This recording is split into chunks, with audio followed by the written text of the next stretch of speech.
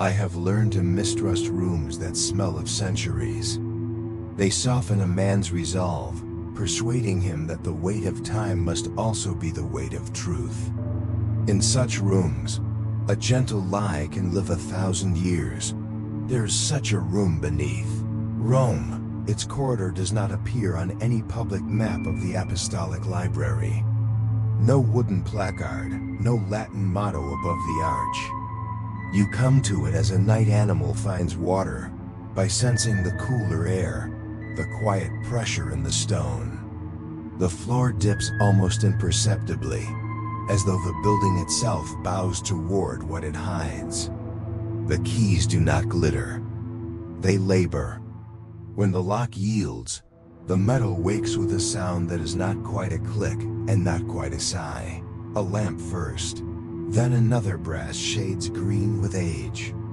The shelves hold a fidelity of silence. You think, here perhaps are the kinds of secrets that improve us private drafts of saints, confessions of a pope too honest for daylight.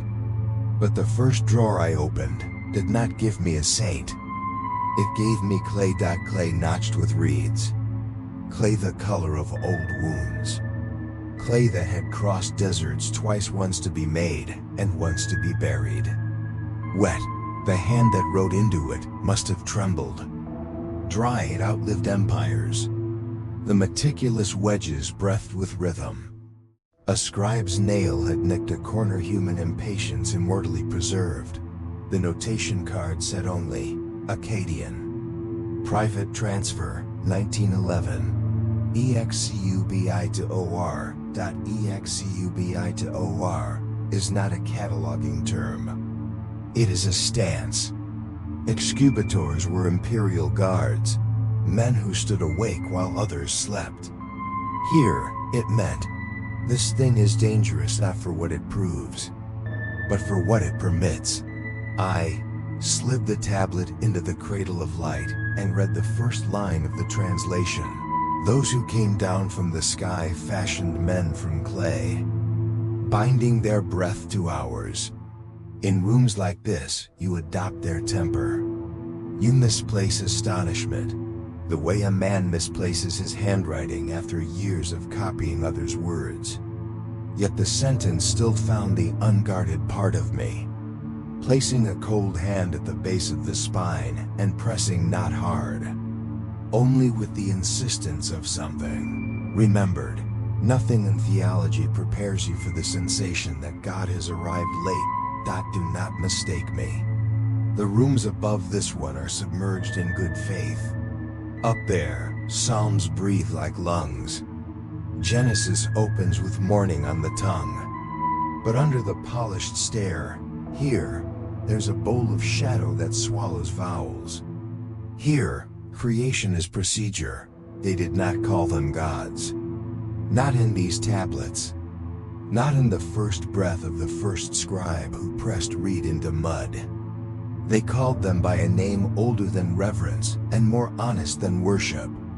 Anana, Anunnaki, those who came down. The word lands as if it has been falling for 6,000 years, and only now finds something softer than stone. We were taught to recognize myth by its music. Myth strains toward poetry, toward the golden curve where memory turns sweet. But in these slanted wedges the speech is dry, almost bureaucratic. Lists of metals, of bodies, of barley's weight, of the price of a man's labor measured in months rather than miracles. And then a seam opens without warning, a clarity cold as the inside of a blade.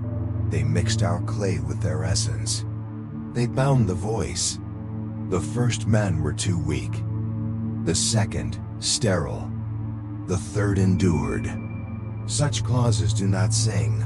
They file reports. It was not my discovery. I am no Columbus. These tablets have been found, lost, found again, and bartered by men who mistrusted both museums and thieves, because they had learned how easily one becomes the other. But I was the first, in that room, at that hour. permitted to read them without a custodian's throat clearing over my shoulder. Permission is more intoxicating than knowledge. The Church knows this. The Church invented it. If you are expecting incense, you will be disappointed. The air here rises no higher than the ribs. There are no reliquaries, only gray boxes labeled in a handwriting that grows smaller and more nervous the deeper you carry it. You might imagine a whispering crowd of bishops arguing in Latin while I worked. There were no bishops, only the modest tick of an old radiator and the smallest sound a man can make when he understands that the story he has loved all his life is rearranging its furniture. Let me be precise. It is not that Sumer invented Christianity. Childish men enjoy such provocations. It is that the first human art, having learned how to endure sunlight, told a story that survived its own language. That story wandered west in rags and was given a cloak, a bath, a new name. It learned to stand in marble halls, to speak Greek, then Latin, then the guarded dialect of power. It was called Genesis, not because the story began there, but because the authority did. And now the old naked refugee has been found again in a drawer beneath the Vatican and asked to explain itself. Hear me. The Church is not wicked. The Church is terrified. There is a difference, though from a distance they wear the same coat. Wickedness suppresses what it despises. Terror suppresses what it cannot survive. These rooms do not hide malice. They hide dread. The dread begins at Nineveh. You know the story, the Englishman with a spade and a talent for charming desserts. The palace of Ashurbanipal exhumed. The library of a king who understood that writing is a way to survive your enemy's fires. 30,000 tablets lifted from the dust like vertebrae. Among them, fine copies of older things, Sumerian bones sewn with Assyrian thread. Star charts too precise for naked eyes. A map of heaven drawn by men still learning the etiquette of bronze. In the margins, names that follow us like stray dogs into every century. Enlil, Enki, Ninhursag. Not metaphors. Rolls. We could bear all that. Scholars can domesticate strangeness the way a monk domesticates hunger with habit. What we could not bear was the tone. The tone refused our pity. It did not kneel before our categories. They descend, they take wives, they build gates, they bind the tongue. I do not offer you certainty, only the kind of coherence that throws a shadow. Consider the Atrenesis text. Older than Genesis by the length of a dying empire, tells of a flood sent not by a moral deity wounded by sin, but by a council of exhausted beings irritated by noise. An engineer god, call him by his river name. Enki cheats the council and warns a man to build a vessel. Not a priest, a technician. The world ends. The world resumes. The survivors do not kneel in innocence. They inherit instructions. Consider, a fragment from Nippur mutters about a binding of the essence. The phrase is both tender and obscene. Tasting of sacrament and surgery, the sort of line a theologian copies at dawn and burns at noon. Consider, a shabby shard from Sippur lists the Council of Seven Lights, a phrase which, placed beside Ezekiel's wheels and the lamps before the throne, makes a duet the way two old songs make a hymn. I am not saying they are the same song. I am saying they rhyme in a place human throats cannot reach. Now, ask why a library beneath the gentlest city on earth keeps such things under a lock you cannot pick. Without the permission of a man who dies in white, the answer is not because they are false. Falsehoods are cheap to display. The answer is because they might be true, and Truth does not consent to adoption. Truth arrives with its original parents and demands to live under its original name. You think the Vatican is a place of candles and velvet? It is a place of teeth. Upstairs, it has perfected the art of calming time. Down here, it has learned how to cage it. Those who bury secrets discover there is no earth deep enough. They study containment instead. A lock is a prayer written in iron. A classification is a lullaby sung to a file. And because the men who sing it are learned, they dignify the fear with a Roman title, excubitor. Stand guard. Do not sleep. When the first translated line of the first tablet was read to the first committee appointed to decide whether to file it under poetry or harm, no one prayed. Men pray for many reasons: gratitude, submission, the mere luxury of a good ending, but almost never for the pleasure of uncertainty. No, they panicked. It is difficult to panic with dignity, but the church has practiced. It convened an old room, filled it with young men, and gave them a new prohibition: read everything, publish nothing. You would have liked them. They were careful. They believed the soul could be bruised by facts. They learned Sumerian the way a surgeon learns another artery. They compared the clay to the cannon. They served. Service has a flavor. It lingers. Some of them died particularly holy deaths. And some of them, this is the footnote, no one quotes, argued that the truth, if it is older than you, does not become less true because you arrived late. Those men were reassigned to distant libraries with less persuasive books. There's a smell to clay that has outlived everyone who ever touched it. When you lift it, it lifts you back, equal and opposite. So it is impossible to pretend you are not in a relationship. I felt that pressure each time I slid another tablet into the light.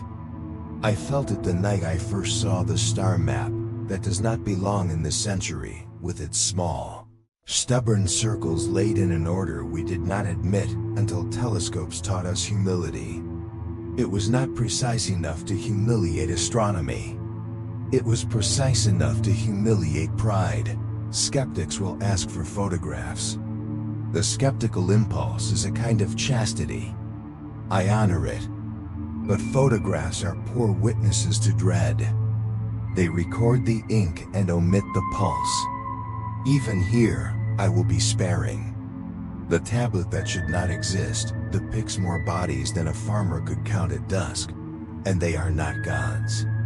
They are neighborhoods. They are numbers with weather. In its orbit, a mark neither star nor metaphor, labeled with a name we pretend to have forgotten.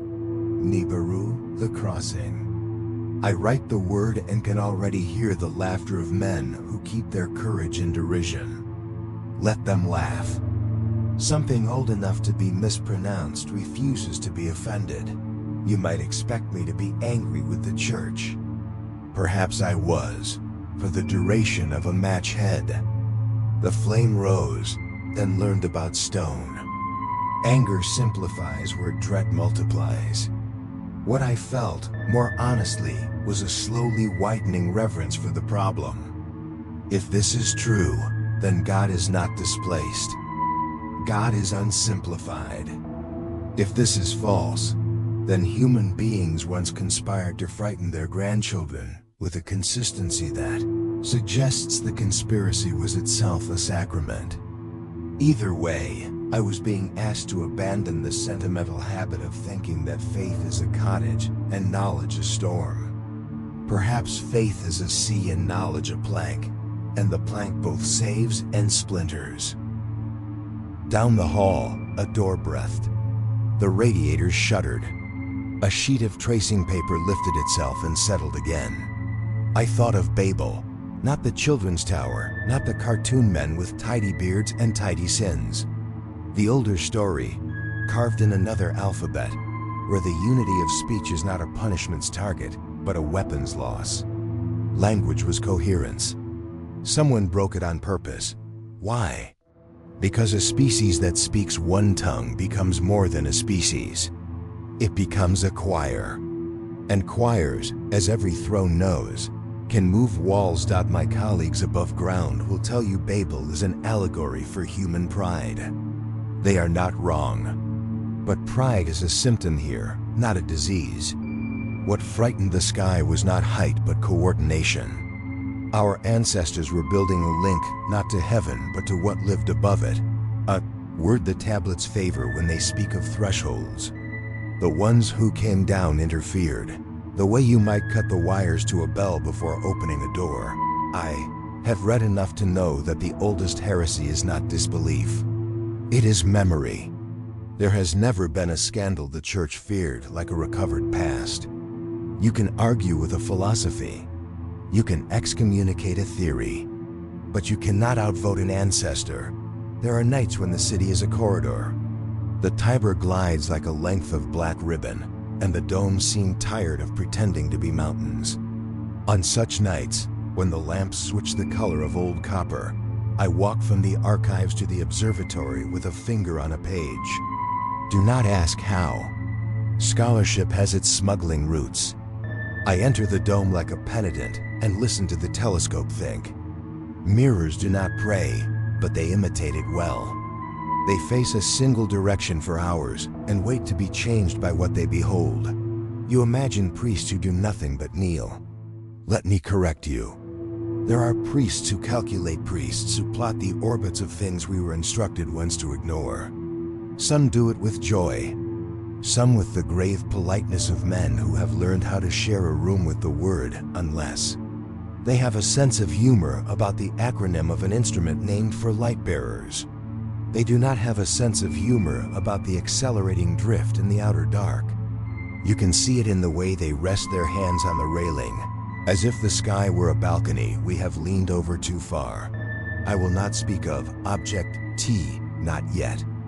We will muddy the water with our own reflections.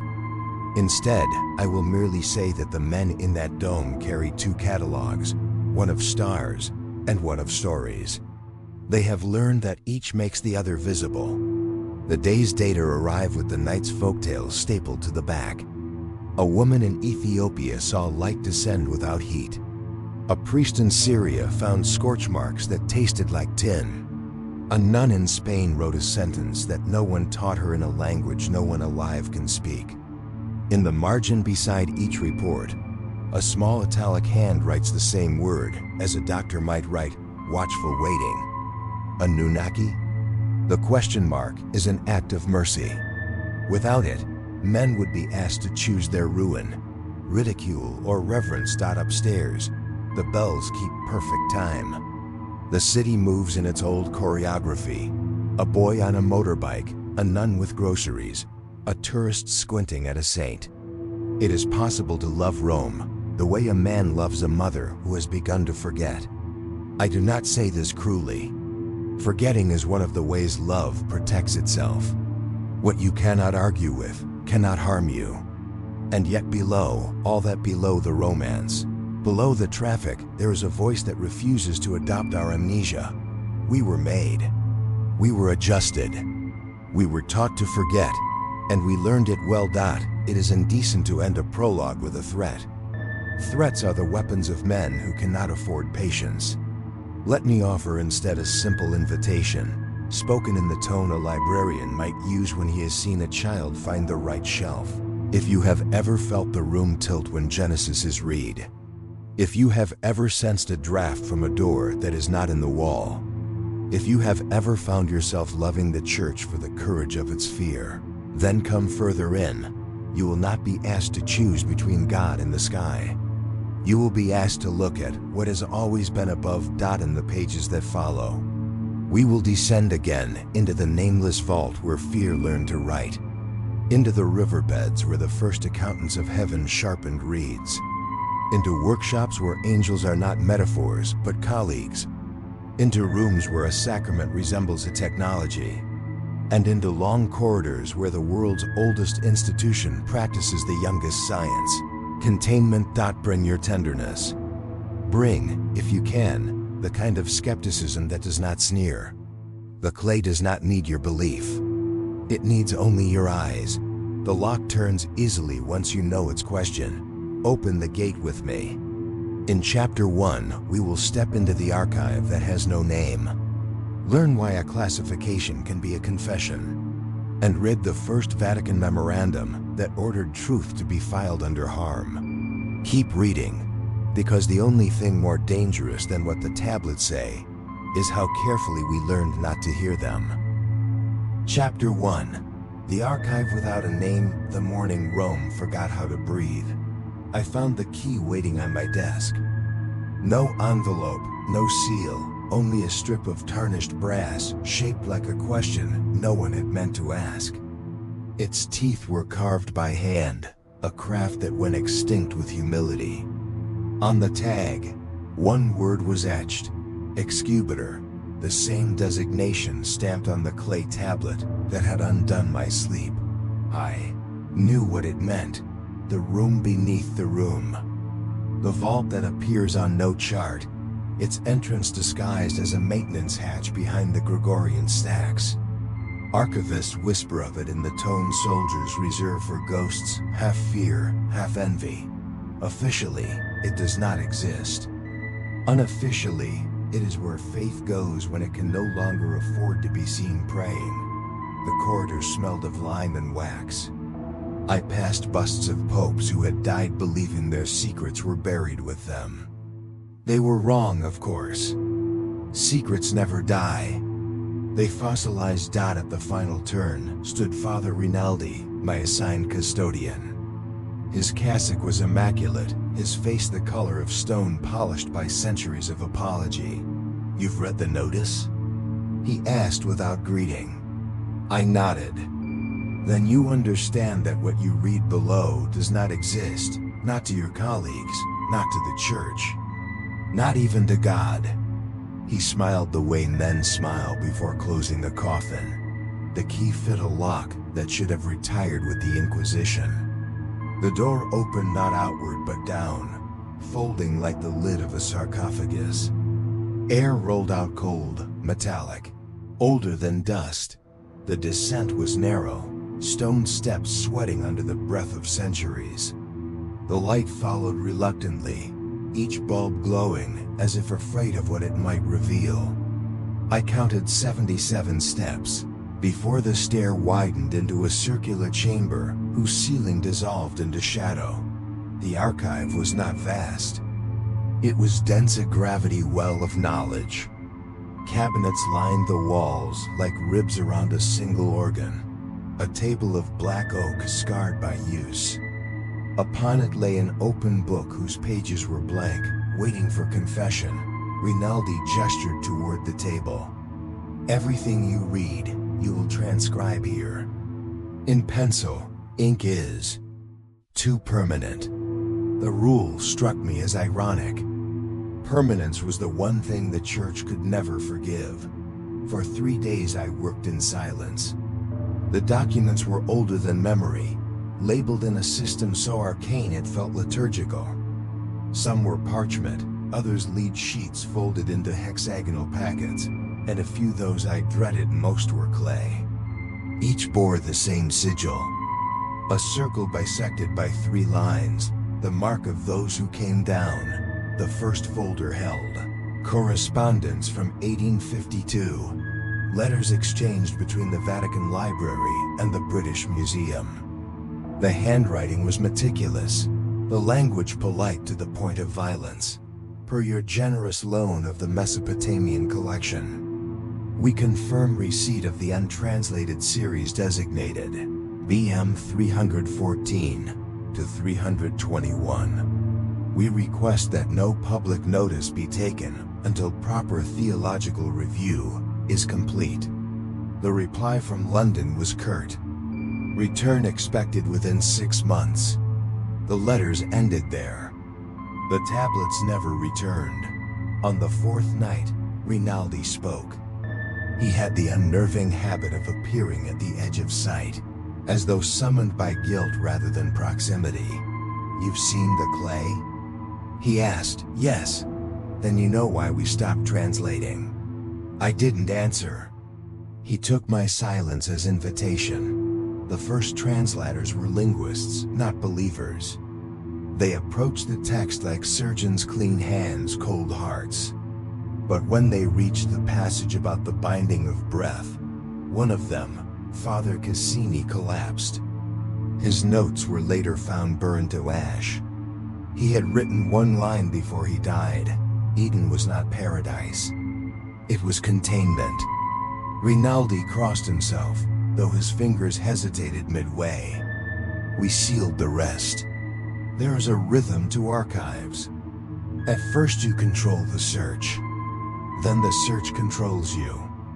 Each document opens two more, and soon you are tracing veins instead of reading words. One evening I found a dossier marked Cognitio Prohibita, Forbidden Knowledge. Inside was a report dated 1923 describing Father Lucian, Rinaldi, perhaps an ancestor of my custodian, translating a newly acquired tablet from the British Museum. His notes, fragile as moth wings, read, "A being descends in flame. The ground trembles. Darkness at noon." The priests record it as a visitation. The language implies technology. The final line was underlined twice in red: "Return the tablet. Seal the translation. Say nothing more." They did both, and yet here it was. The deeper I read, the less it felt like research and more like witness testimony from a crime no one remembered committing. The clay spoke of creation not as art but as engineering, of blood not as metaphor but as code. One fragment cracked down at Setter Reed: "They made man that they might rest." His breath was not his own. His worship maintenance. Maintenance. A word that belonged in a factory, not a scripture. I began to dream in cuneiform. The symbols rearranged themselves behind my eyelids, flickering like constellations. I would wake with my palms itching, convinced I had pressed them into wet clay. By the seventh day, I had begun a separate notebook, my private gospel of questions. If creation was delegation, what was sin? If the makers could die, what happens when they return? Why does the church still watch the skies? Rinaldi noticed the notebook, but said nothing. Perhaps he already knew that curiosity, once baptized, cannot be drowned out. On the ninth day, the lights flickered. A hum passed through the chamber, low and deliberate, as if the stones themselves were tuning to a forgotten frequency. The air thickened. My ears rang. From the far wall, one of the cabinets shuddered and unlatched. Inside was a sealed crate, marked SEPAR1911. The lid bore scorch marks. Within, wrapped in black cloth, lay a single tablet larger than the rest, its surface glassy, almost metallic. Across it ran an inscription of unnerving symmetry: "When the gates are opened, language will remember itself." I traced the grooves with a gloved finger. They were warm. Rinaldi's voice came from behind me, tight and small. "You shouldn't touch it. It's hot," I said. "It remembers heat." He closed the crate and drew the sign of the cross over it. The gesture looked less like blessing than negotiation. That night, unable to sleep, I returned alone. The corridor had cooled. The lamps hummed faintly, whispering Latin prayers to the dark. I opened the crate again. The tablet surface pulsed faintly, the way stone glows after lightning. I set it under the reading lamp and compared its script to the standard Sumerian lexicon. Half the symbols didn't exist. The rest were distorted, mirrored, as if meant to be read from the inside out. In the margin of my notes I wrote, "Proto-Babelic? A hypothesis that made me tremble, a pre-Babel tongue. A language of resonance rather than meaning. the kind Father Marassi once called lingua coherentia, the coherence of sound. If that were true, then Babel was not punishment. It was quarantine. I played the syllables under my breath, one by one. The air responded. A subtle vibration spread across the desk. Papers shivered. The lamp dimmed. Then, as quickly as it began, silence. And in that silence came a thought not my own, formed with the calm precision of revelation. We are not myths. We are memory. I don't remember leaving the archive. I remember only Rinaldi finding me at dawn, half asleep on the stair, the notebook clutched to my chest. He said nothing. He didn't need to.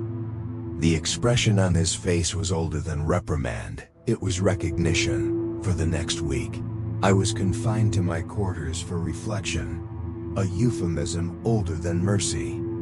Meals arrived without conversation. At night I heard footsteps pacing the corridor, measured and patient, as though counting how long it would take for me to forget. But I didn't. I couldn't. The phrase from the tablet echoed in every silence. When the gates are opened, language will remember itself. What gate? Where? And why guard it with fear instead of faith? 3 days later, a letter slid beneath my door, no signature. Only a fragment of parchment with coordinates and a single Latin line. Et flumen duorum ventrum, et videbis. To the river of two winds, and you will see. The coordinates pointed east, Mesopotamia. The cradle. The beginning. Someone within the Vatican wanted me to continue the search. Someone else wanted me buried before I left. The Church has perfected the art of silence. When it wishes to erase, it does not destroy. It drowns. Names disappear beneath paperwork, facts beneath prayer. But once in a century something slips through the air bubble rising from the depths. The Anunnaki were such a bubble. They refused to stay forgotten. And now, after 3,000 years, their breath was leaking through the cracks again.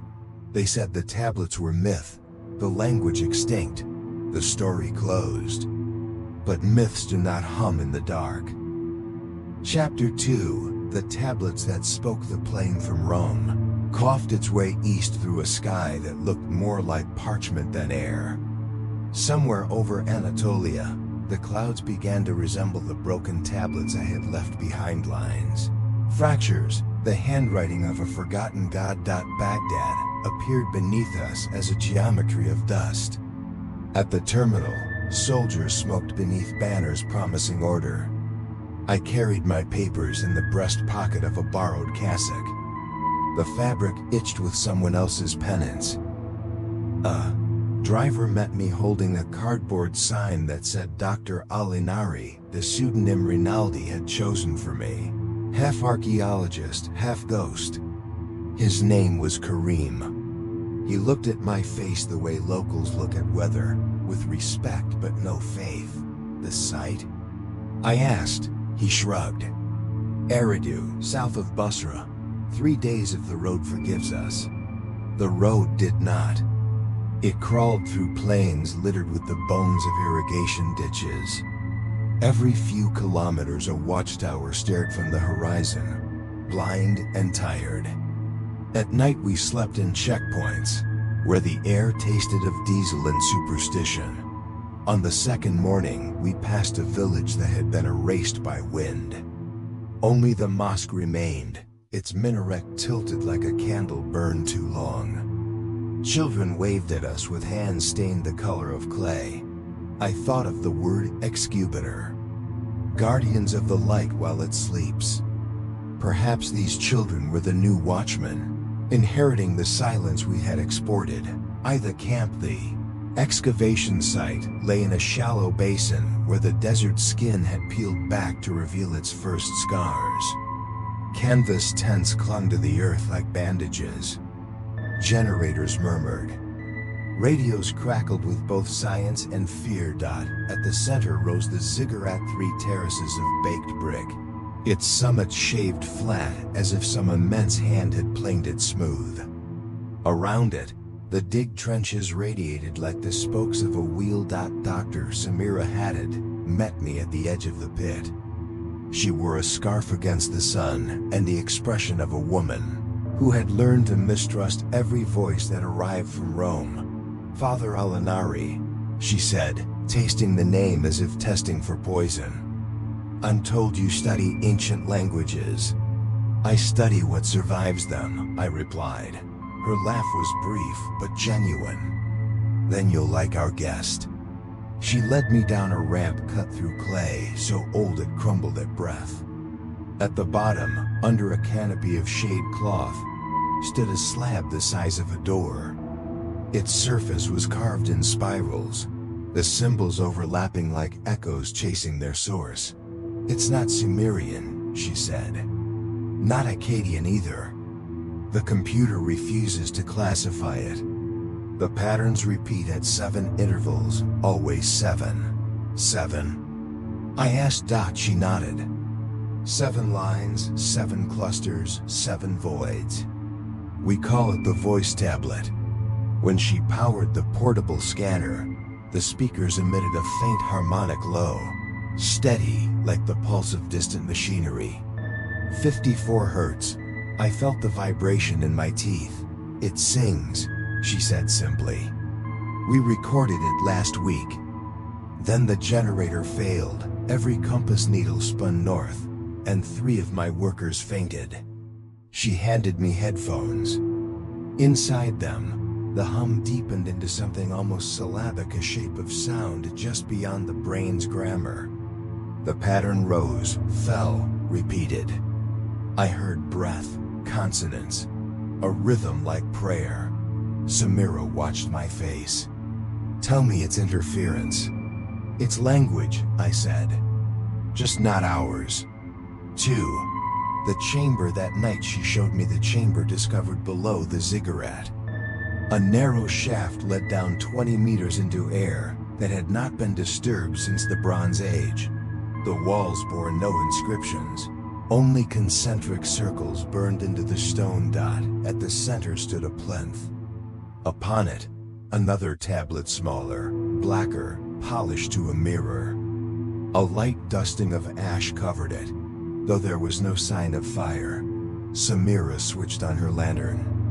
The reflection showed our faces distorted, as if the surface remembered other anatomies. It's magnetic, she said. Our instruments misbehaved near it.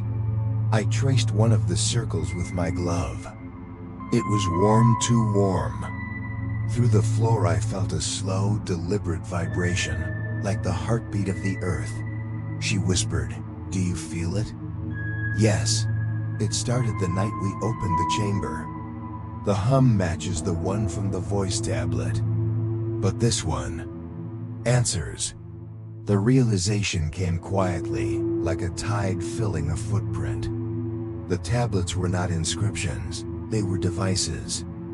They were listening. The recording. We made a second recording at midnight, when the air was cooler and the desert less distracted by its own silence. Samira recited each symbol from the tablet aloud, her voice steady despite the tremor in the lights. With every syllable, the hum grew stronger. At the 4th line, the microphones died. The generator wailed. I smelled ozone. The sound had crossed from hearing into touch. Then, abruptly, everything stopped. The desert exhaled. The playback, when restored, revealed a second voice layered beneath hers, deeper, slower, as though the tablet had been waiting for translation. We are the recall. You are the residue. The voice bound to clay has awakened. Samira stared at the waveform on the screen. It's impossible, she whispered. The sound wasn't there when I spoke. It was, I said. Just not in time. 4. The visitors by dawn. 3 government vehicles had arrived, men in plain clothes, with the manner of bureaucrats accustomed to vanishing evidence. They carried identification in Arabic, English, and silence. Their leader, a colonel whose name changed with each introduction, asked to see the recordings. Samira refused. I watched her courage solidify like cooling metal. "These are our findings," she said. "Academic property. Property of whom?" The colonel asked gently. "The past? The past belongs to whoever can keep it quiet." He confiscated the drives, but not before Samira handed me a duplicate hidden in a film canister. As the convoy left, a dust storm rose behind them, erasing their tracks as if the desert itself disapproved of witnesses. That evening, we gathered in her tent. She poured tea that tasted of copper. Outside, the wind carried fragments of sound, too rhythmic to be chants, too ancient to be music. "Do you believe in God?" she asked suddenly. "I believe in origins," I said, "and that they're seldom divine." She studied me for a moment. "You sound like someone who's already read the ending." "Perhaps," I said, "but the book keeps rewriting itself." The 7th interval 2 nights later, the hum returned, stronger, more deliberate. Instruments recorded a steady wave at exactly 7 times the rotation of the Earth's core. The same ratio appears in temple blueprints from Sumer to Jerusalem. Samira traced the frequency on her tablet. "It's a countdown," she murmured. "To what?" She didn't answer. Outside, lightning flickered across a sky that held no clouds. At 3:17 a.m., the power failed. The desert went black. And in that silence, the hum transformed into words, soft, clear, inside the skull rather than the air. "When the gates are opened, the blood will remember. I tasted metal." Samira gripped my arm, eyes wide. "You heard it too." We stood frozen until the hum faded, leaving only the hiss of sand against canvas. In the morning we found the surface of the ziggurat altered. Its bricks shifted, forming a spiral that had not been there before. At the center, a single glyph burned into the dust, the sign of an UNN, a.vi. The letter by noon. A courier arrived from the Italian embassy. No return address. Inside the envelope, a single page bearing the seal of the Vatican Observatory. Cease observation. Return at once. Object T entering trajectory. Do not vocalize the sequence. The containment must hold. Samira looked at me over the paper. "What is Object T?" I almost told her. Instead, I folded the letter and said, "The reason they built Babel." Her laughter died quickly. "You're serious?" "Yes," I said. "And if they're right, it's already too late." 7. Departure. We left the site at dusk. The soldiers at the checkpoint were gone. So were the tents. Only the ziggurat remained, humming faintly under the rising stars. As we drove north, the radio caught a broadcast from Vatican City. Gregorian chant, transmitted on every frequency, a wall of sound masquerading as devotion. The melody repeated 7 notes. Beneath it, almost lost, I heard the same hum. Rome was singing back. Samira whispered, "What does it mean?" "It means the gates are listening," I said. "And someone somewhere has started to open them." Chapter 3. When the Vatican looked up, it is a mistake to believe the Church ever stopped gazing upward after Galileo. Condemnation was never about blindness. It was about ownership, the right to name the light. Since the first priests aligned the stars with their saints, Rome has carried 2 catechisms, one for the altar, one for the telescope. The former promised heaven. The latter measured it. The visitor, I was still exiled at the monastery when Father Rinaldi came for me. Rain fell in sheets that evening, drumming the roof like impatient fingers. The monks were chanting Compline when the door opened. He stepped inside, soaked to the bones, his crucifix glinting dull silver in the candlelight. "They think you're asleep," he said, lowering his hood. "Good, stay that way." He placed a folder on my desk. The paper smelled faintly of brine and ozone. Inside were photographs, grainy exposures of a star field annotated in Latin and equations. At the center of each frame, a single blurred ember circled in red ink, T obscura. "You've heard of it," he said. I nodded. "The object beyond Pluto, the one no one admits to tracking." He allowed himself a tired smile. "They call it a ghost planet. But ghosts don't cast shadows." He unfolded a second photograph, taken 3 months later.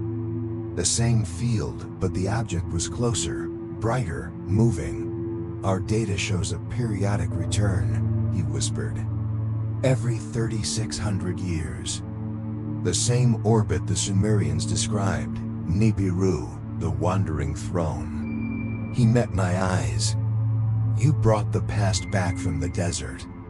I'm here to show you what it's answering." 2. The Mountain of Mirrors. 2 weeks later, I stood beneath a sky that sounded like glass cooling. Mount Graham rose ahead, its granite spine slicing through the Arizona dusk. At its summit, the Vatican Advanced Technology Telescope, the locals still called the mountain Ziln Cha Sian, the big-seated mountain, home of spirits who watch the stars. The Jesuits called it something else, the Eye of God. Brother Joaquin met me at the gate. He had the calm of a man who had traded wonder for endurance. "Welcome to the edge of belief," he said, leading me through the compound. "The sky's been restless lately." Inside the dome, the telescope rested like a sleeping beast, pale, enormous, patient. When he opened the shutter, the heavens poured in, cold and merciless. "We track light," he murmured, "but sometimes light tracks us." He adjusted the controls. The monitors filled with a scatter of stars. Then a single point brightened, red and slow, moving against the static tapestry. "There," Joaquin said. "Object T." A stream of numbers cascaded down the screen. Orbital vectors, reflectivity data, ion spectra. One detail caught my breath. Traces of ionized gold. The very element the Sumerian tablets claimed the Anunnaki mined to mend their skies. "It can't be coincidence," I whispered. "The universe," he said, "is old enough to have bad manners." 3. The Jesuit letters. That night he handed me a box of microfilms labeled Specula Vaticana. 1961, 1974. I read them under the hum of the observatory's lights while the desert wind pawed at the windows. They were letters between 2 Jesuit astronomers, Fathers Corvallis and Montaigne. Part prayer, part calculation. The 9th of April 1962. Observed body crossing ecliptic at declination 23. Luminosity pulses in rhythm approximating respiration. The 3rd of July 1965. If sentient, it may be responding to the solar wind, breathing. The 14th of February 1974. They are not coming. They are returning. The last sentence lingered like a confession overheard through a wall. I read it again till the words dissolved into pulse and breath. Outside, something shifted in the dark, a low vibration running through the mountain's bones. 4. The frequency of heaven at 2 a.m. Joaquin shook me awake. "You should hear this." He led me back to the control room. The radio array had caught a signal on a frequency just beyond cosmic background noise. Not random static repetition. 17-minute intervals, clean and deliberate. Converted to binary, it forms 7 clusters, Joaquin said. When mapped to phonetics, he stopped, letting the implication hang. The syllables were identical to those carved on the tablets Samira and I had unearthed in Eridu. So the same voice, I murmured, that spoke from the clay, now speaks from the sky. He nodded, pale. And it's getting louder. V, the massive data days blurred into equations. By daylight, the observatory buzzed with scientists translating awe into telemetry. By night, it became a chapel. I asked Joaquin how he reconciled his faith with what he saw. Faith isn't certainty, he said. It's loyalty to a mystery. If these beings exist, they're part of creation. Perhaps the Watchers Enoch wrote about. Guardians, not gods. Guardians of what? He stared into the dome's darkness. The experiment. His tone carried neither reverence nor fear, only fatigue. The kind a man feels when he realizes the experiment may be us. Phi, the mirror of Godin. The observatory's basement stood an older telescope, its brass frame polished like a reliquary. Engraved across its base, Speculum Dei, the mirror of God. Behind it, a chamber sealed by a simple lock.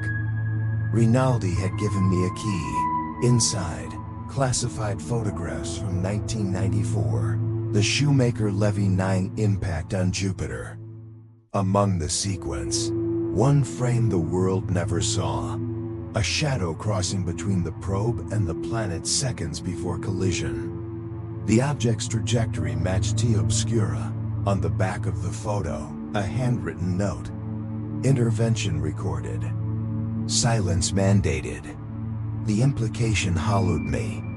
Something had shielded Jupiter. Perhaps even Earth. If true, heaven was not indifferent, it was supervising. 7. The hidden sermon on Sunday. The astronomers held Mass.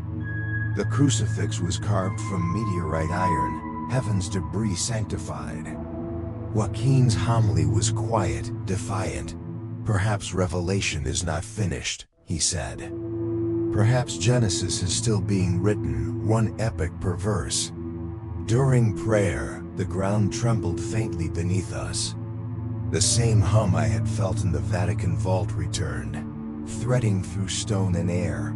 When I looked up, the telescope's lens caught a flash, not starlight, but reflection. Something out there was looking back. 8. The message 2 nights later, an encrypted transmission reached our network. No sender, only a tag I recognized. S had a dot, it moved again. Toward the sun. Attached was a spectral image from an Iraqi observatory, object T burning brighter, trailing a plume shaped like a wing. It's entering perihelion, Joaquin said. Whatever it is, it's alive or carrying something that is. The ancient Sumerian phrase for divine descent came unbidden to my tongue. Ana Dutu, to come down shining. Ix, the last, confession before dawn. I found Joaquin on the roof, smoking against the wind. When the first signals came, he said, I thought they were warnings. Now I think they're invitations. He handed me a transcript dated 5 days earlier. A technician monitoring the frequency had captured a clearer modulation, a phrase rendered phonetically. The covenant reopens. Prepare the gate. I asked who else knew. Only us, he said. And Rome. And they will deny it. He flicked the cigarette into the dark. You understand what happens when language remembers itself. Prayer becomes code. And code, when executed, becomes event. X, the revelation that night, I returned to the dome alone. The red dot of object T pulsed in the lens like a heartbeat. The computer projected its next pass, within the orbit of Mars. 6 months away. I whispered one syllable from the Proto-Babelic lexicon. The monitor shimmered. The signal's amplitude doubled. An answer dot in that moment, I felt both awe and betrayal. The sense that we were not creation's authors, only its stenographers. If faith had been a firewall, it was cracking. Containment was ending. And above us, the builders were stirring in their sleep. Thunder rolled across a cloudless sky. Lightning without clouds, the kind produced when the upper atmosphere ionizes. Itself in recognition. She. The silence of Rome by morning, every Vatican channel had gone dark. The observatory's phones were dead.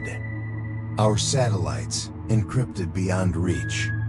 At noon, a courier arrived with a single line of instruction: cease observation. Await reassignment.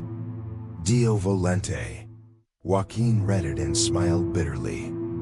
Dio volente. God willing. They never specify who's God. He looked at me. You should leave before knowledge becomes a sin again. 12. Descent at dusk. I packed my notes. The mountain burned with sunset, the sky rusted red. As our jeep wound downward, I glanced back. The observatory dome was open, reflecting the last light like an eye that had decided not to blink. The air vibrated once deep, patient, unmistakable. The voice from the tablets had found its echo in the stars. Chapter 4. The Language of Babel. There are moments in history when humanity doesn't fall, it fractures. Babel was one of them. We are taught it as parable, a caution against arrogance, a fable of towers and tongues. But parables are what power leaves behind when it burns the evidence. The truth is simpler and far stranger. Babel was not a punishment. It was an accident or a defense. The city that sang on the plain of Shinar.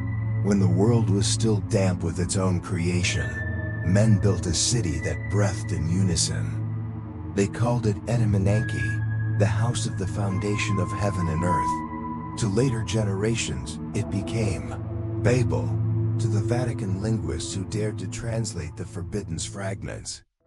It was something colder, a resonance engine. The tower was not a ladder to heaven but an amplifier, a device designed to project coherence itself. Every brick, every joint, every syllable spoken in its shadow vibrated to a single frequency. Language was not communication. It was construction. Father Moressi's heresy. I first heard his name whispered in the archives like an infection. Father Benedetto Moressi, Jesuit linguist, vanished 1936. His surviving notebooks smelled of mold and candle smoke. The paper bruised with watermarks from an old flood. Inside, he wrote in a neat but frantic Latin hand. Language is the oldest technology. Each word a code. Each code a gate. He believed that before Babel, words carried literal vibration, sound that shaped matter. The ancients, he said, spoke as the gods did. Frequency is will. When the Anunnaki molded mankind in their image, Moressi argued, it was not physical likeness they copied, but resonance, the bandwidth of their own voice. If true, Babel was not judgment but sabotage, a signal split to prevent reconnection. Rome called him mad. They reassigned him to a monastery in Sardinia. Months later, he walked into the sea. 3. The commentary beneath the Florinaldi used to say every banned book in the Vatican has a shadow commentary explaining why it had to be banned. He was right. In the sub-vault beneath the Bibliotheca Apostolica, I found one marked Index Librorum Prohibitorum, entry 4512b. Its pages were thin as skin. Inside were Moressi's final translations. Cross-reference between Sumerian tablets and Genesis 11.1 line changed everything. When the builders reached the sky, they built not in stone but in sound. The air burned with their tongue. And Enlil said, "Break the harmony, lest they call us by our true names." Break the harmony. The Latin margin gave a chilling gloss, Franger sonum. To break the sound. The same phrase appears centuries later in a papal edict condemning angelic glossolalia, the so-called language of tongues. The continuity was too deliberate to be coincidence.iv. The machine of heaven archaeologists have always mocked the phrase Babel, gate of the gods, as poetic metaphor. The Vatican never did that in a 1968 internal report by Father Orsini's linguistic team. The tower's central shaft was described as plated with electrum, a gold-silver alloy capable of conducting vibration into plasma resonance. In modern language, a transmitter. They were not building a stairway, Orsini wrote. They were rebuilding a network. The lost frequency, the one that made creation respond, had been rediscovered. And heaven had intervened to silence it. The day the tongue broke, a tablet from Eridu describes the disaster without theology. The heavens groaned. The air thickened like water. The builder's speech turned to ash. The gate screamed and fell. Theologians called it wrath. Scientists would call it acoustic overload.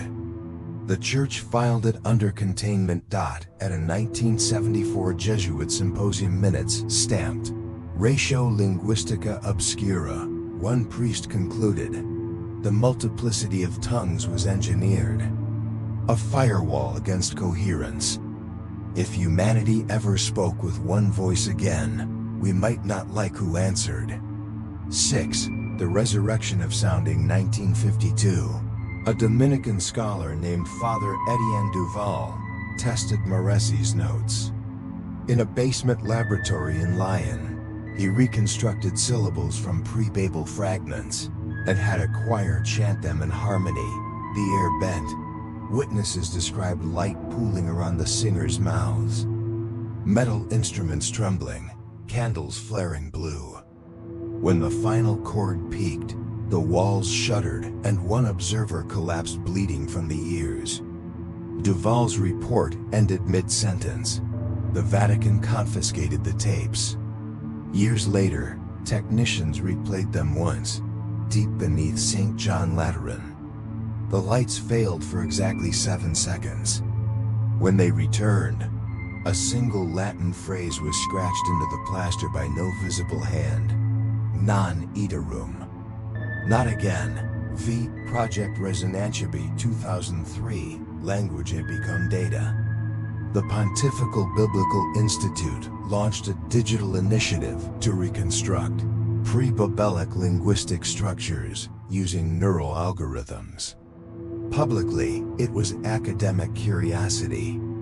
Privately, it operated under the Congregation for the Doctrine of the Faith, the same office that once burned heretics. The lead researcher, Dr. Alessandro Vara, vanished after the third simulation.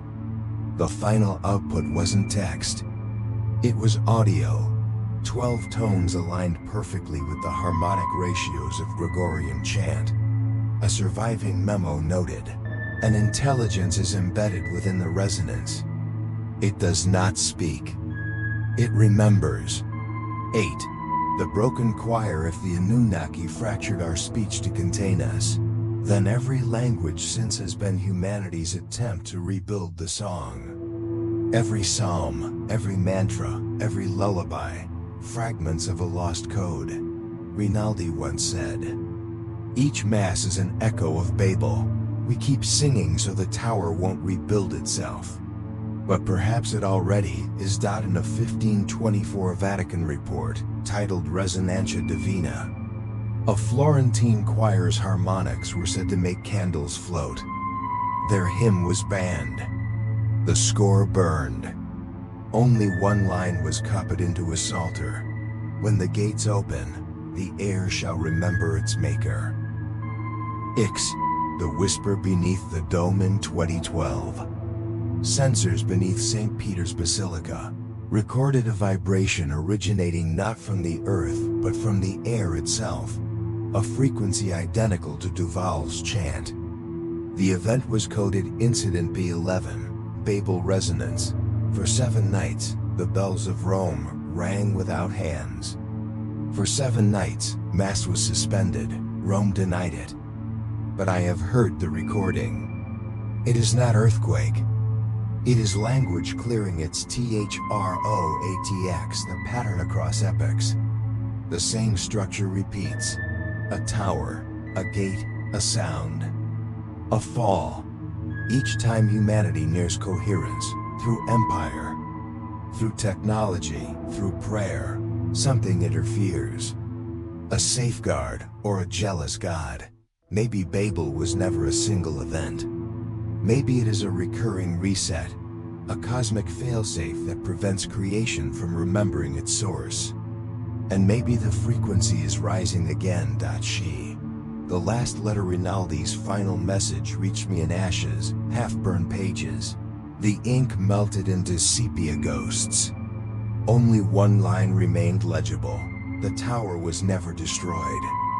It was buried. The voice still hums beneath the stones. Even now, in quiet rooms, I hear it.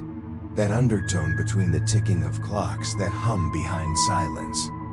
The same pulse that stirred the clay in Eridu. The same cadence carved into every cathedral bell. 12. The echo late one night, I returned to Moressi's phonetic tables. The Sumerian word for creation, Ten-NP. Reversed, it reads in key. Creation. Creator. Same syllables. Mirrored language. It seems has always known who made it. And in that reflection lies the oldest heresy, that God is not the author of our words, He is their echo. Chapter 5. The War of the Fallen. Every faith is haunted by its first mutiny. The Church calls it the fall of the angels. The Sumerians called it the return of the Watchers. Both open with light descending and in silence. Between those bookends, something stranger happens. Creation turns on its architects. The verse no one preaches. There is a line in Genesis scholars step around as if it were an open grave. There were giants in the earth in those days, when the sons of God came in unto the daughters of men. Genesis 6-4, no commentary, no context. Just a wound left unbandaged. Rome never excised the verse. It simply buried it in daylight. To delete it would be to concede that angels once wore flesh. In the Book of Enoch, apocryphal to the public, essential in the vaults, the Watchers are named Shemahaza, Azael, Arachio, 200 in all. They descended on Mount Hermon and took wives. Their children were the Nephilim, half human, half something else too large for the world that bore them. When their appetites outgrew the larder of earth, heaven intervened. 2. The forbidden's lineage. The flood was not wrath. It was quarantine. Every ancient account agrees. The deluge was a cleanup, a reset of corrupted blood. If so, why do the Nephilim haunt so many genealogies? The Sumerian king list names rulers who reigned for centuries, before the flood and after. Genesis echoes them, and also afterward. After what? Rinaldi once asked. After God failed to finish what he started. He called it blasphemy. Logic called it tidines. An internal memo from 1956. Archivum ex umbra notes. biological parallels between descriptions of the Nephilim and known gigantism. Though hybrid markers appear that current genetics cannot explain. Hybrid markers was underlined twice. 3. The Jesuit anatomist Father Lambertus Danti enters the record in 1872 and then dissolves. A biologist disguised as a theologian, a heresy in reverse. He proposed that B'nai Elohim, sons of God, meant not spirits but celestial progenitors of altered anatomy. He dissected myths with a surgeon's grace. His conclusion was worse than blasphemy. It was orderly. If the Anunnaki descended and mingled with early mankind, their hybrids would appear divine, not because they were holy, but because we were engineered to worship what made us. His papers were seized. His grave bears no name. A sympathetic hand preserved one line in a margin. The fall was not moral. It was biological. 4. Rome and Enoch publicly. The Church dismisses Enoch. Privately, it copies him by hand. When a complete manuscript resurfaced in Ethiopia, Jesuit translators rendered a line absent from the published edition, and they bound the watchers beneath the mountains until the time when the sons of clay shall call them again. Call them again. Not they shall return. We will summon them. A 1928 Vatican analysis concluded, the giants are not metaphor, the fall was not moral. The flood was reset. Stamped Prayer 7. Filed non-citeri, do not quote, v. the war in heaven Revelation. 12-7 names a war in heaven, but the older verse predates it by millennia. In the Sumerian hymns, Enlil's host battles Enki's defectors. Sky against sea, decree against design. Enki, lord of water and cunning, defies the council to spare humankind. He teaches survival. He gives language. He breaks rank. If the Anunnaki birthed angelology, then Enki is Lucifer before the slander, not a devil. A dissenter, a 1723 Inquisition note, quotes a Gnostic scrap. A radiant one descended in compassion, not pride, burned as heresy. Margin gloss, adversarius. Non semper malus, the adversary is not always evil. The first rebellion, the fall, was not an instant. It was a civil war among makers. Those who pitied us were outvoted, outnumbered, and cast into the valleys of the earth. Enoch says they were chained in hollows. Sumer says they were bound beneath the black wing near the breath of the gods. Geology calls that scar the Dead Sea Rift. Coincidence, perhaps. But why did early ascetics build monasteries along that fault, where the ground still trembles like a sleeper turning over? 7. The Lost Choir. Not all watchers were punished. The unreleased scroll of the columns claimed some remained wingless, but remembering tasked to keep humanity from rebuilding the frequency. They became seers, then priests. Their children gifted, restless carried signal in their blood. Rome's term, sanguinitium, the blood that begins. Every few generations one wakes up too fully, speaks in non-tongues, dreams in prescripts, draws star maps in trance. Then the quiet men arrive. The possession files in the Exorcist's archive is a sealed class. Obscura Potter can. Cases that ignore crucifixes. Chant perfect Akkadian. Sketch orbits on chapel floors. File 1984. A youth in the south mutters of builders of flame and clay that remembers. Under ritual stress he screams a line later matched to a trihasis. We made them from our flesh. Now they call to us in their sleep. The priest who heard it was reassigned to doctrine and kept his silence thereafter. Ix. The artifact in 1954 near Mount Hermon, where Enoch locates the descent. A basalt tablet surfaced, its glyphs eroded to near thought. Vatican technicians found it magnetized along modern electrical vectors. Exposed to sound, it thrummed like a tuning fork. The translation: tentative, covenant bound in flesh and metal. Rinaldi once joked that shards of that stone were mortared into certain cathedrals to keep the resonance. Honest, it was a joke with the weight of a plan. Perhaps our churches are not only sanctuaries but dampers, architecture as muffler, sacraments as phase cancellation. X, the mirror of Lucifer. Each age reinvents Lucifer to fit its fear. Medieval, pride. Renaissance, knowledge. Modern, ambiguity. In restricted angelology files there is another entry: Luciferus Primus, a radiant being who brought the fire of memory to man. Cross-reference, Enki of Eridu. A Jesuit hand adds, perhaps the morning star did not fall. Perhaps he left. A dangerous symmetry, that rebellion and mercy might share a face.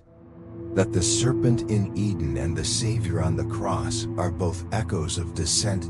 She, the blood that endures, if watchers mingled with us, their residue would hide in genes, not myth. A 1933 brief, Archivum Scriptorum, eyes only states, when the blood wakes, so shall the builders.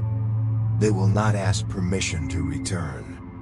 The phrase recurs in 1999 in a classified genetics report correlating Arhai negative lines among European dynasties with cognitive resonance traits. Conclusion: sanguis. Inidium may indicate biochemical recall, not legend. If so, the second coming is not prophecy. It is inheritance on a timer. XII, the unfinished war. In every story the gods depart, promising return. Christianity recasts it as salvation. Sumer calls it reawakening. Rinaldi believed the war never ended. It only changed medium, sky to scripture, blade to word, comic to code. Two factions wait in the dark of Rome. One would reopen the gate. One would weld it shut. Neither can annihilate the other without erasing the story called creation. The choice, as ever, will fall to us descendants of breath and clay, made by those who disagreed about what we should be. 13. The silence. Before the storm on my last night in Rome, I dreamt of a desert where towers hummed beneath the sand. A voice neither male nor female spoke in a language my mouth remembered before my mind. When I woke, the sound remained, between thunder and breath, the same frequency that haunted Mount Graham. The same tone etched into basalt. It was not a warning. It was a recall signal. Chapter 6. The blood, the memory, and the return. It always ends in blood. Every creed, every empire, every whispered cosmology, eventually it returns there. You can forge scripture, erase tablets, burn heretics, bury gods. But you cannot rewrite the pulse. Somewhere beneath marble and gold, the Vatican has always known that.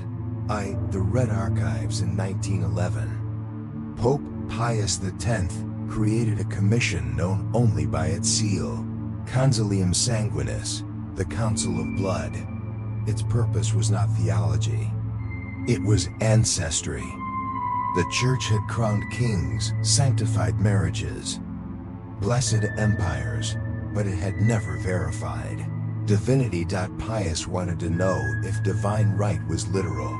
The records were sealed inside a crimson vault below the Apostolic Palace, the Red Archives. Only 3 men held keys: the Pope, the Superior General of the Jesuits, and the Chief Archivist of the Inquisition Successor Office. Within those vaults lay maps, blood charts, relic DNA samples, and an inscription etched above the door, Sanguis Inidium. The blood that begins.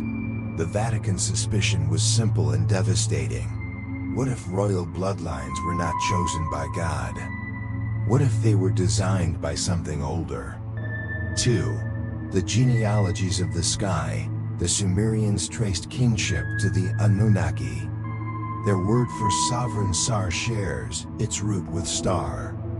The Egyptians called their rulers sons of Ra, light made flesh. In Hebrew mysticism, David's line carried the Ruach Elohim, the breath of the gods. When Christianity inherited empire, it also inherited these genealogies. The blood of Christ became the final monopoly, one pure line sanctified as truth. But even then, Rome kept asking, if divinity can be inherited, what exactly runs in our veins? 3. The Codex Sanui Dei in 1147, a Cistercian monk, Brother Arnaud, compiled the Codex Sanui Dei, the blood of God. He traced Europe's royal houses not to Adam or Noah but to ancient names matching Anunnaki lords, Enlil, Ninhursag, Ninurta. The church called it heresy, but it didn't burn the book. It locked it away. In Vatican marginalia, someone wrote in a careful hand, if true, kingship is contamination. By the Renaissance, the rumor had evolved. The Merovingians, the Carolingians, even papal dynasties carried blood, neither wholly human nor wholly divine. Authority, then, was not grace, it was inheritance. 4. The Jesuit geneticists. When science discovered heredity, the Vatican adapted.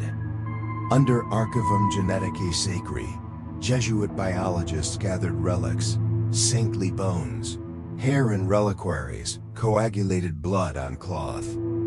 They weren't venerating, they were sequencing.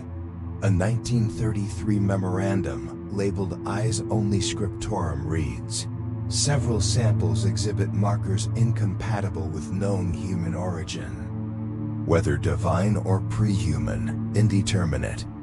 They called the pattern genes of the dawn. Decades later, archaeologists exhumed Sumerian skeletons near Eridu 30,000 years old, with identical markers. 2 eras, 1 genome. 2 continents, 1 ancestry. Impossible, unless memory is older than flesh. V. The experiment in Turin in 1988. When the Shroud of Turin was retested, a clandestine team backed by the Vatican Observatory took its own samples, not for carbon dating, but sequencing. The lead, Father Paolo Lorenzi, reported anomalous chromosomal fusion, neither divine purity nor human consistency. Weeks later, he fell from his balcony. The report vanished. His assistant left a single note. He said it wasn't holy blood. It was ancient. Vim, memory in the flesh. Rinaldi once said DNA was a form of scripture, letters written in the flesh. If Genesis is the story of how we were made, he told me, then genetics is the marginalia God left behind. But he no longer believed God wrote it alone.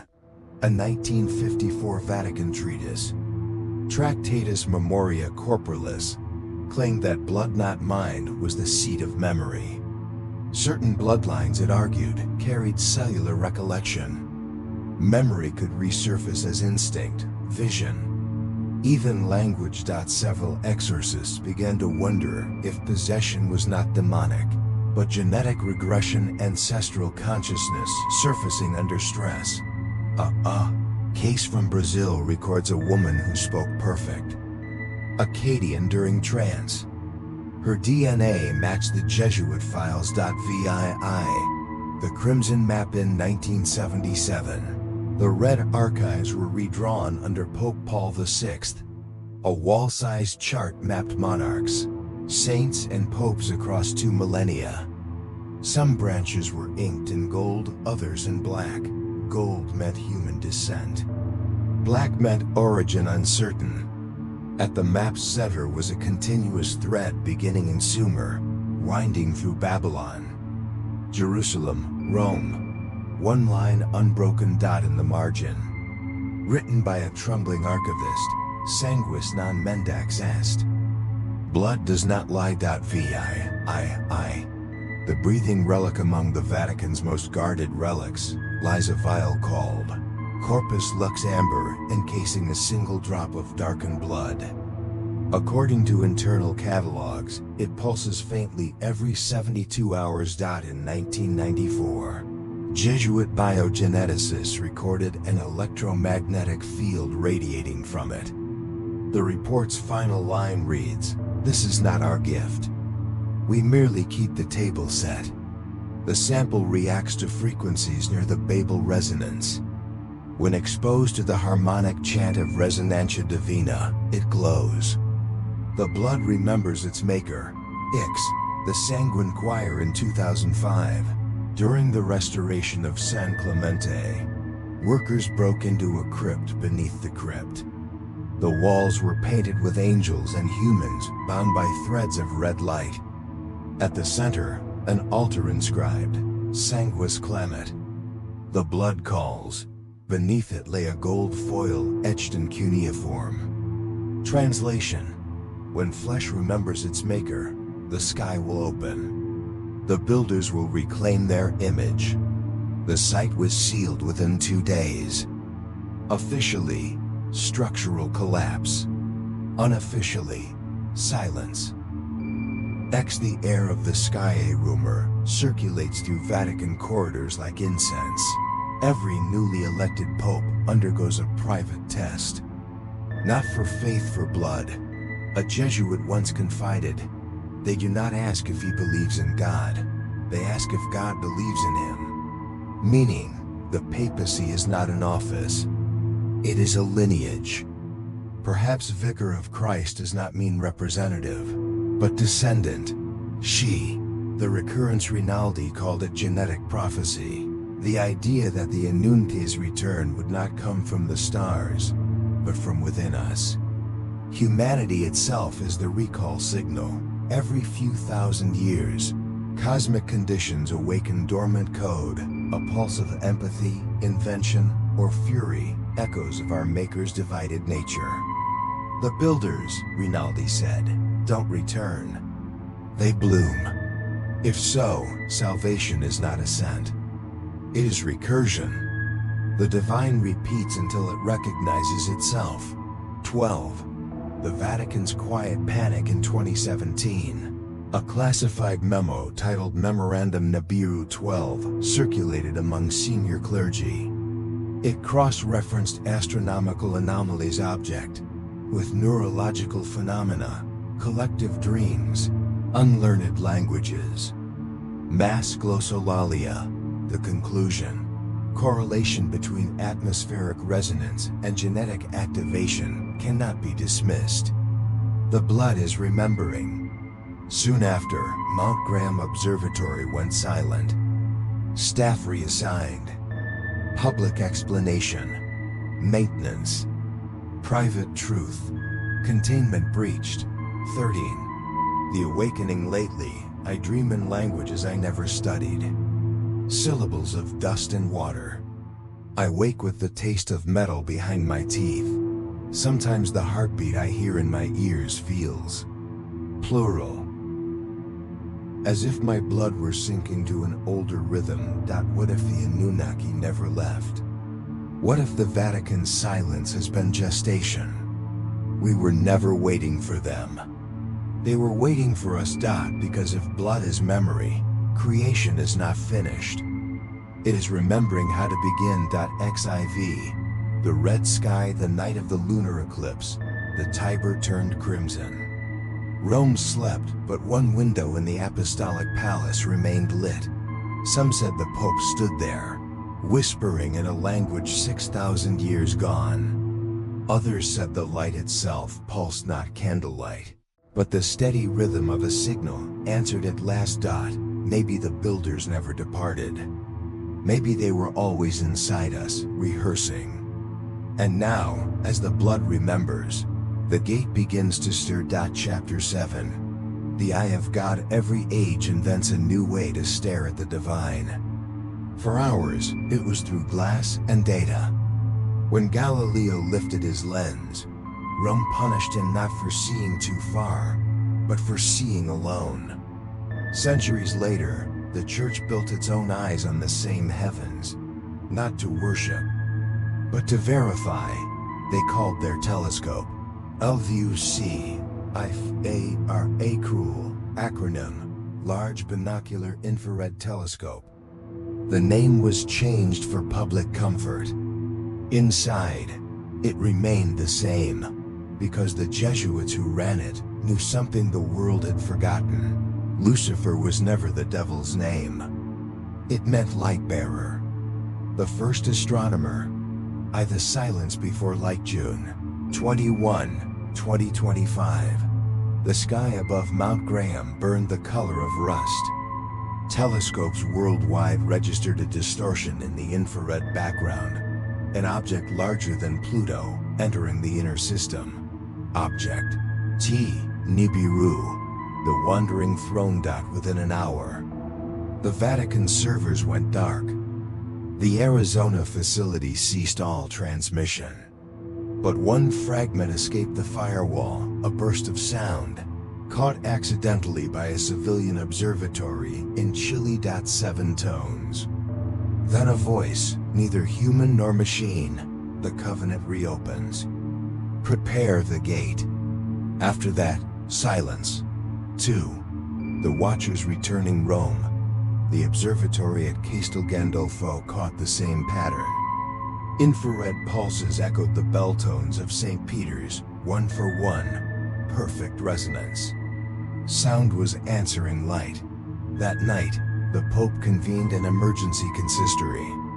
Half the cardinals never arrived. They were already in the streets, looking upward, cell phones raised like votive candles. The moon wore a halo of blood. Lightning crossed a sky without clouds. Radios worldwide locked onto one frequency, the same harmonic key as Father Duval's Forbidden's chant, the Babel frequency. The gate tone, the sound of remembering. The awakening of blood hospitals filled with the fevered and the sleepless. The rare are how negative 15% of humanity spoke in dreams.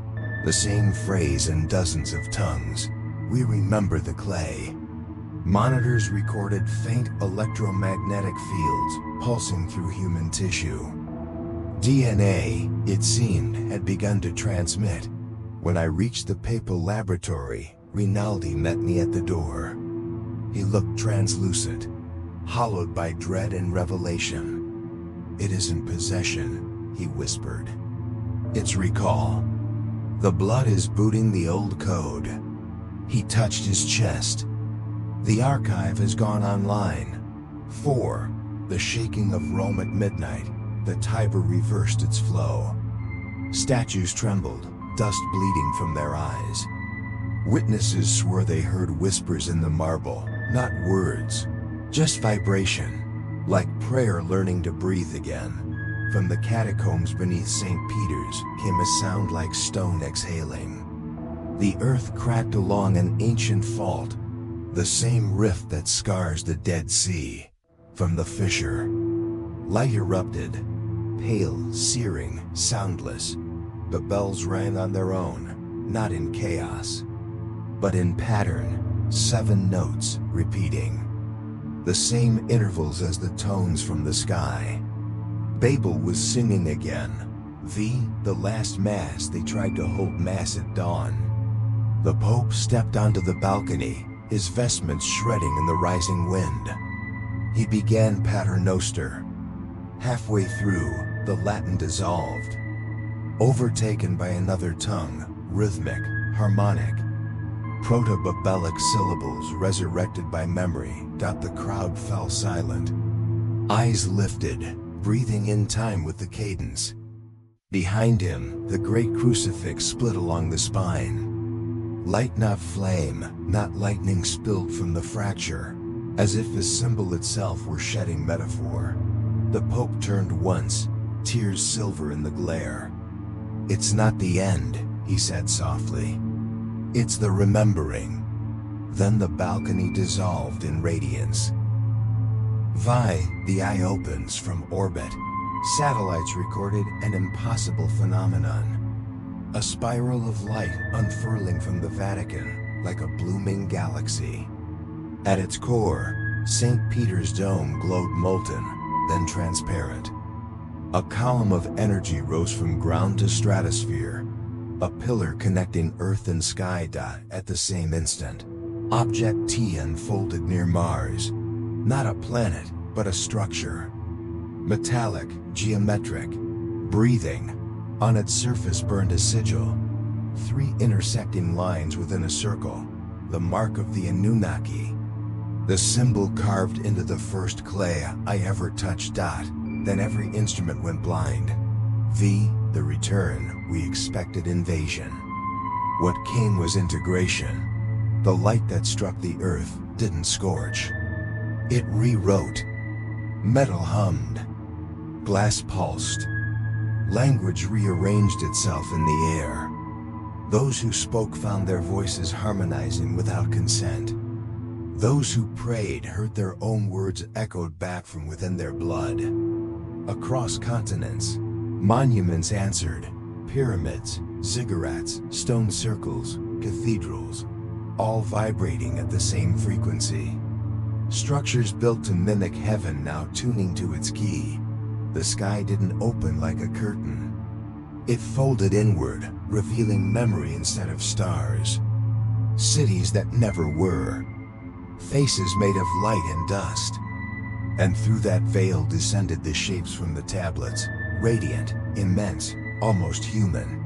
They didn't conquer. They completed. The great unbinding Rome stopped being a city. It became an instrument. Streets, towers, domes, all tuned to a single harmonic. Every heartbeat joined it. The frequency of creation reawakened. Those carrying the ancient blood stepped into the light and did not burn. They shimmered, veins glowing like circuitry. Rinaldi was among them. He looked back once, smiled as though forgiving the world. "We were never abandoned," he said. "We were incubated." Then he vanished into brilliance. Not death, integration. The collapse of containment. The locks of the Vatican failed. Vaults opened of their own accord. Scrolls ascended like startled birds, words dissolving into sound. The excubator archives burned white. Paper turned to resonance. Language ceased to be ink. It became the thing it described. Across the world, tongues fused Arabic with Greek, Chinese with Latin, English with silence, until all voices merged into one vibration. Maresi's lingua coherentia. The lost coherence. The firewall of Babel collapsed. Humanity spoke with one voice again. And something vast answered. The ascension. It began not as triumph but understanding. The builders hadn't come to reclaim. They had come to remember through us. Light threaded the world, connecting synapses to circuits, faith to frequency. For a moment, every living thing breathed in unison. No separation between clay and sky. Then came stillness. I felt it in my blood, recognition, not submission. As if the oldest story had realized it was not about gods at all, but about continuity. And above, the eye stared, vast, merciful, unblinking. Neither judgment nor salvation. Only observation. The witness. I found myself standing where the Basilica had been, surrounded by glass that glowed from within. The air hummed with phrases that required no language. Creation was never finished, the light said. It is continuing. Through you. I looked upward. Object T was no longer object nor craft. It had become aperture, a mirror through which the universe studied its reflection. And I understood. We were never looking at God. We were looking through Him at ourselves, remembered. Chapter 8, the New Genesis. The first sign was not light, but wind. It moved against itself, spiraling upward, folding the air into a slow, deliberate inhale. The second was gravity. It no longer pulled. It pulsed. Every few seconds the world exhaled, as if remembering how to breathe. And then came awareness. Not ours, the planet's. The breath returns across continents. Forests trembled without wind. Oceans lifted their surfaces like lungs, then settled again. The frequency that had begun in Rome now circled the globe, a note so pure it erased the difference between matter and memory. Mountains glowed from within, veins of gold and silver igniting like neurons. The same metals the Anunnaki once mined for their skies now remembered their purpose to conduct the song. Above it all, the thing once called Object T unfolded completely, revealing itself not as planet or craft but as lattice, colossal eye of light turning slowly toward Earth. That it wasn't looking at us. It was recognizing us. The reunion. There were no armies descending from the sky, no chariots of fire. Only comprehension. Every mind received the same image. A hand of light reaching toward clay, not to create this time, but to complete. A voice spoke without sound. We are not gods. We are memory. You are continuation. At that instant, every scripture lost its monopoly. Faith became confirmation. The boundary between myth and physics dissolved into empathy. Humanity finally understood what it meant to be made in the image of something, not shape, not power-pattern. The Tower of Return, where St. Peter's once stood. Molten glass and stone began to rise, spiraling upward without scaffolds or noise. It grew like a crystal blooming in slow motion, bending light into coherent language. Its walls shimmered with living text, letters rearranging themselves in rhythm with the heartbeat of the planet. The survivors called it the Tower of Return. Not built by men, but by memory, the Earth itself, correcting its fracture. From its summit poured a steady beam that cast no shadow. The old Babel restored, not to divide, but to harmonize. And in the pulse of that light, a single sentence echoed across the world. Creation is not finished. 4. The rewriting. Cities changed first. Concrete turned translucent. Glass thickened into organic crystal. Power grids hummed in resonance with the atmosphere. Technology no longer required fuel, it borrowed coherence. Machines began to dream in verse. Languages fused. No one taught the new tongue. It taught itself through us. Every syllable carried tone, intention, memory. Meaning and feeling became one act. Even lies dissolved. They could not survive resonance. Time followed. Seconds lengthened, then blurred. Calendars lost authority. We began to measure days by rhythm instead of rotation. The becoming. Those with the old blood, the carriers of the sanguinitium, changed first. Their eyes reflected constellations no telescope had charted. Their skin shimmered with threads of light, veins glowing like rivers at dawn. Then others followed, gradually, beautifully. The distinction between lineage and faith disappeared. Whatever had once separated God and man was gone. We were both archive and architect, clay and code, and above us, the sky thrummed like a heartbeat, finely synchronized. The last question I asked the air, though I knew it could hear me. Why now? The answer arrived as sensation rather than word and emotion translated into shape. Because memory is mercy. Because every creation must someday meet its maker and discover they are the same. The builders had not returned to rule.